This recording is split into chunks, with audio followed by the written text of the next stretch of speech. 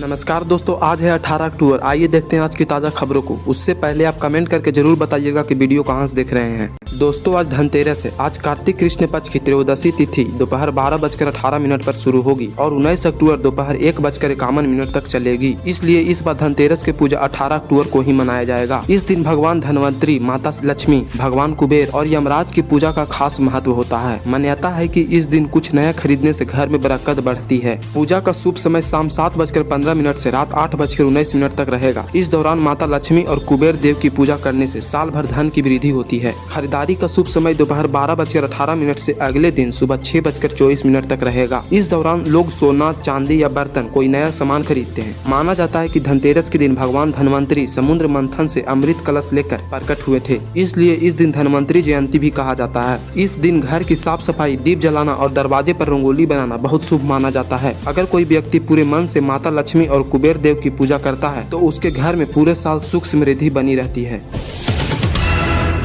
उत्तर प्रदेश सरकार ने दिवाली से ठीक पहले राज्य के 28 लाख कर्मचारियों और पैसेंजर को बड़ी राहत दी है। मुख्यमंत्री योगी आदित्यनाथ की अध्यक्षता में बैठक हुई। बैठक में यह फैसला लिया गया है कि सभी सरकारी कर्मचारी और पेंशन भोगियों के महंगाई भत्ते यानी डीए में 3% की वृद्धि की जाएगी। यह बढ़ोतरी 1 जुलाई 2025 से लागू मानी जाएगी और कर्मचारी को इसका बकाया भी दिया जाएगा। महंगाई भत्ता यानी डीए वह राशि होता है जो सरकार अपने कर्मचारी, पैसेंजर को बढ़ती महंगाई के असर से राहत देने के लिए वेतन में जोड़कर देती है। इस बढ़ोतरी के बाद अब उत्तर प्रदेश के सरकारी कर्मचारियों को कुल 46% महंगाई भत्ता मिलेगा। इसका सीधा फायदा राज्य के लगभग 16 लाख कर्मचारियों और 12 लाख पैसेंजर्स को मिलेगा। सरकार का कहना है कि इस निर्णय से कर्मचारियों की आर्थिक स्थिति मजबूत होगी। त्योहारों के समय उन्हें कुछ अतिरिक्त राहत मिलेगी। वित्त विभाग के अधिकारियों ने बताया है कि बढ़े हुए महंगाई भत्ते का वित्तीय भार राज्य के खजाने पर लगभग 2500 करोड़ रुपए के आसपास आएगा। लेकिन सरकार का मानना है कि कर्मचारियों की खुशहाली राज्य की उत्पादकता और आर्थिक माहौल को और भी बेहतर बनाती है। इस फैसले से कर्मचारियों में काफी उत्साह देखी जा रही है। कई कर्मचारी संगठनों ने सरकार के इस फैसले का स्वागत किया है और कहा है कि यह फैसला लंबे समय से रुका हुआ था। वहीं पैसेंजर्स ने भी राहत की सांस ली है, क्योंकि लगातार बढ़ती महंगाई के बीच यह बढ़ोतरी उनके लिए बहुत जरूरी थी। पंजाब पुलिस के रोपड़ रेंज के डीआईजी हरचंदर सिंह भुल्लर को सीबीआई के रिश्वत के मामले में गिरफ्तार किया गया है। आरोप है कि भुल्लर ने इस स्क्रैप डीलर से 8 लाख रुपए की रिश्वत मांगी थी और सीबीआई ने ट्रैप लगाकर उन्हें चंडीगढ़ के सेक्टर 21 से रंगे हाथ पकड़ा है। इसके बाद सीबीआई ने उस मोहाली स्थित ऑफिस, चंडीगढ़ के सेक्टर 40 स्थित घर और अन्य ठिकानों पर छापामारी की है। छापेमारी में 5 करोड़ रुपए नगद, 1.5 किलो सोना और 22 महंगी गाड़ियाँ, 40 लीटर विदेशी शराब, लग्जरी कारों की चाबियां, हथियारे और अन्य कीमती सामान बरामद हुए। सीबीआई ने भुल्लर के बिचौलिए कृष्णो को भी गिरफ्तार किया है, जो स्क्रैप डीलर से हर महीने रिश्वत वसूलता था। दोनों ने पूछताछ में रिश्वत लेने की बात कबूल की है। सीबीआई ने शुक्रवार को दोनों को विशेष अदालत में पेश किया, जहां उन्हें रिमांड पर लिया गया है।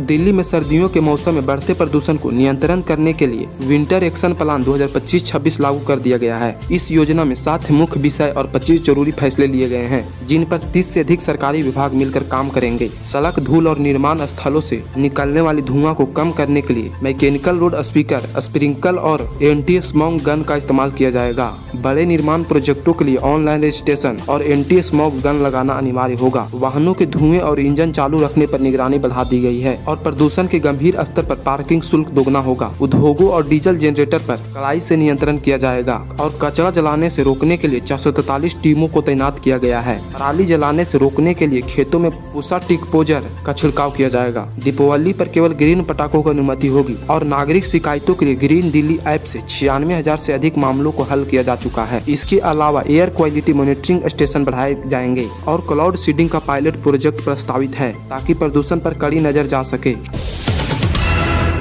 अयोध्या में दीपोत्सव 2025 की तैयारियां जीरो पर है। राम की परी सहित 56 प्रमुख घाटियां पर 18 अक्टूबर तक 28 लाख दिए बिछाने का लक्ष्य रखा गया है। इसके लिए 32,000 वॉलंटियरों को तैनात किया गया है। राम मनोहर लोहिया अवध विश्वविद्यालय के परिसर से गुरुवार को वॉलंटियरों को बसों के माध्यम से घाटों पर भेजा जाएगा। दीपोत्सव के दिन 19 अक्टूबर को इन दियों में तेल और बाती डाली जाएगी और निर्धारित समय पर दीप जला दिए जाएंगे। इस वर्ष के दीपोत्सव में 26,11,101 दीप जलाकर नया विश्व रिकॉर्ड बनाने की योजना है। नगर आयुक्त जयेंद्र कुमार के अनुसार राम पथ और भक्ति पथ और अन्य प्रमुख मार्गों की रेलिंग फूलों की मालाओं से सजाई जाएगी, जिससे अयोध्या की शोभा और बढ़ेगी। स्वच्छता के लिए 1500 सफाई कर्मियों की टीम दिन रात काम कर रही है। इस बार 22 झांकियां बनाई जा रही है, जिनमें से 15 सरकारी योजना और 7 रामायण के प्रसंगों पर आधारित होगी। पाकिस्तान को भारत को बढ़ता खतरा चिंता का विषय बन गया है। पाकिस्तान की सेना प्रमुख असीम मुनीर ने हाल ही में अमेरिका का दौरा किया और वहां से भारत को धमकी दी। उन्होंने कहा है कि पाकिस्तान सरक्रिक क्षेत्र में अपना सैन्य उपस्थिति बढ़ा रहा है और जामनगर स्थित विश्व की सबसे बड़ी तेल रिफाइनरी पर हमले की धमकी दी है। इससे भारत को सतर्क रहना होगा। भारत ने इस पर कड़ी प्रतिक्रिया दी है। रक्षा मंत्री राजनाथ सिंह ने कहा है कि पाकिस्तान के किसी भी दुस्साहस का उत्तर ऐसा दिया जाएगा कि इतिहास और भूगोल दोनों भूल जाएंगे। सेना अध्यक्ष जनरल उपेंद्र द्विवेदी ने भी यह चेतावनी दी है कि अगर पाकिस्तान ने आतंकवादी का समर्थन करना नहीं छोड़ा तो भारत अगली बार वैसा संयम दिखाएगा जैसा उसने ऑपरेशन सिंदूर के समय दिखाया था। भारत की ओर से यह बयान पाकिस्तान की बढ़ती सैन्य गतिविधियों और आतंकवादियों को लेकर गंभीर चिंता को दर्शाते हैं। पाकिस्तान के सेना प्रमुख के अमेरिका दौरे और वहां से मिली विशेष अवभागत से यह संकेत मिलता है कि पाकिस्तान अमेरिका के साथ अपने रिश्ते मजबूत करने की कोशिश कर रहा है। इससे भारत को अपनी सुरक्षा रणनीति पर पुनः विचार करने की आवश्यकता है।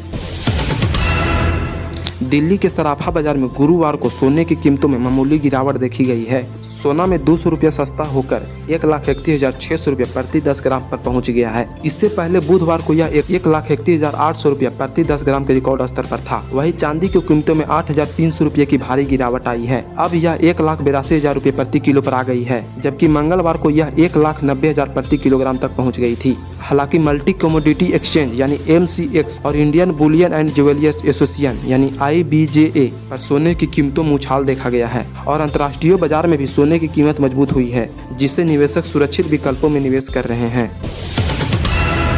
भारत की वायुसेना ने एक बड़ी उपलब्धि हासिल की है। हाल ही में world directory of modern military aircraft यानी WDMMA की रिपोर्ट में बताया गया है कि भारतीय वायुसेना आज दुनिया की तीसरी सबसे ताकतवर वायुसेना बन गई है और चीन को पीछा छोड़ दिया है। इससे पहले भारत चौथे नंबर पर था। इस रैंक में अमेरिका पहले नंबर पर है और रूस दूसरे नंबर पर। चीन के पास विमान संख्या ज्यादा हो सकता है, लेकिन भारतीय वायुसेना की तकनीक, प्रशिक्षण और मिशन को सफलतापूर्वक पूरा करने की क्षमता उसे और मजबूत बनाती है। इसका उदाहरण ऑपरेशन सिंदूर में देखा जा सकता है, जहां वायुसेना ने बड़ी सफलता हासिल की थी।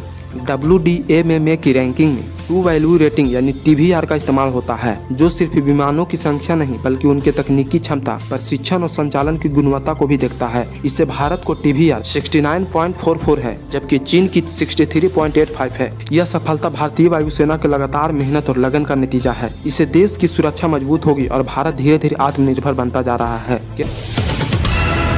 केंद्रीय गृह मंत्री अमित शाह बिहार विधानसभा चुनाव के प्रचार करने के लिए पटना पहुंच रहे हैं। वे 3 दिनों तक बिहार में रहकर NDA उम्मीदवारों के पक्ष में प्रचार करेंगे और पटना के होटल मौर्या में उनके समर्थक ने उनका जोरदार स्वागत किया है। अमित शाह के साथ केंद्रीय गृह राज्य मंत्री नित्यानंद राय, बिहार के चुनाव प्रभारी धर्मेंद्र प्रधान, बिहार प्रभारी विनोद तावड़े और प्रदेश अध्यक्ष दिलीप जायसवाल भी मौजूद हैं। अमित शाह ने अपने संबोधन में कहा है कि NDA बिहार में भारी बहुमत से जीत हासिल करेगा। उन्होंने प्रधानमंत्री नरेंद्र मोदी के नेतृत्व में केंद्र सरकार की योजनाओं और राज्य सरकार की उपलब्धियों का उल्लेख किया है।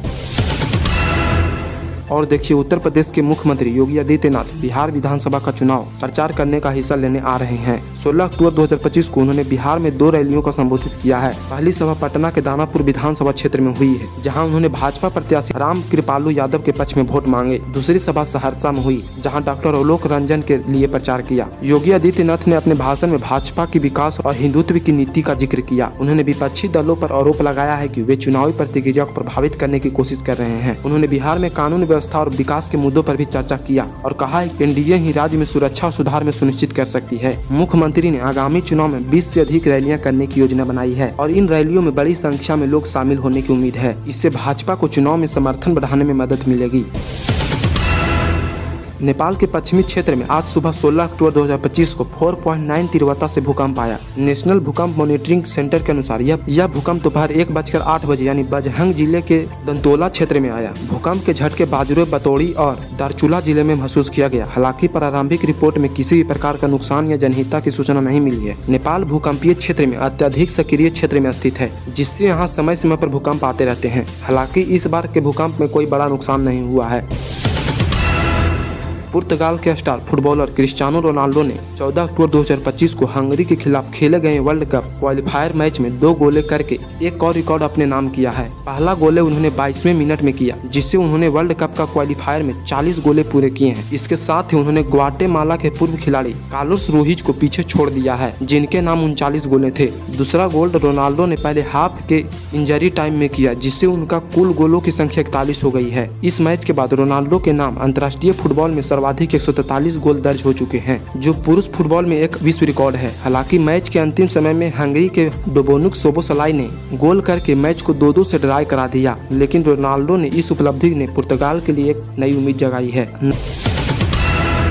नैनीताल में आवारा कुत्तों और बंदरों के बाद अब चूहों का संकट भी बढ़ गया है। पिछले 10 महीनों में चूहों ने 41 लोगों को काट लिया है। चूहे बिल बनाकर जमीन के अंदर खोखला कर रहे हैं, जिससे भूस्खलन का खतरा बढ़ गया है। विशेषज्ञों का कहना है कि यदि समय रहते इस समस्या पर काबू नहीं पाया गया तो बुखार, एलर्जी, रेबीज जैसी बीमारियां और प्लेग जैसी महामारी फैलने की संभावना है। शहर में कचरे का सही प्रबंधन न होने और जलवायु परिवर्तन के कारण चूहों की संख्या बढ़ रही है। काटे जाने पर टिटनेस और एंटी रेबीज टीके दिए जाते हैं, क्योंकि काटे गए स्थान पर तेज बुखार और एलर्जी जैसी लक्षण दिख सकते हैं। चिड़ियाघर के चिकित्सक डॉक्टर हिमांशु का कहना है कि चूहों की आबादी बढ़ने का कारण 2 अलग-अलग प्रजातियों के चूहों का क्रॉस होना भी हो सकता है। नैनीताल में इस समस्या को गंभीरता से लेने की जरूरत है, वरना भूस्खलन और बीमारी फैलने का खतरा बना रहेगा।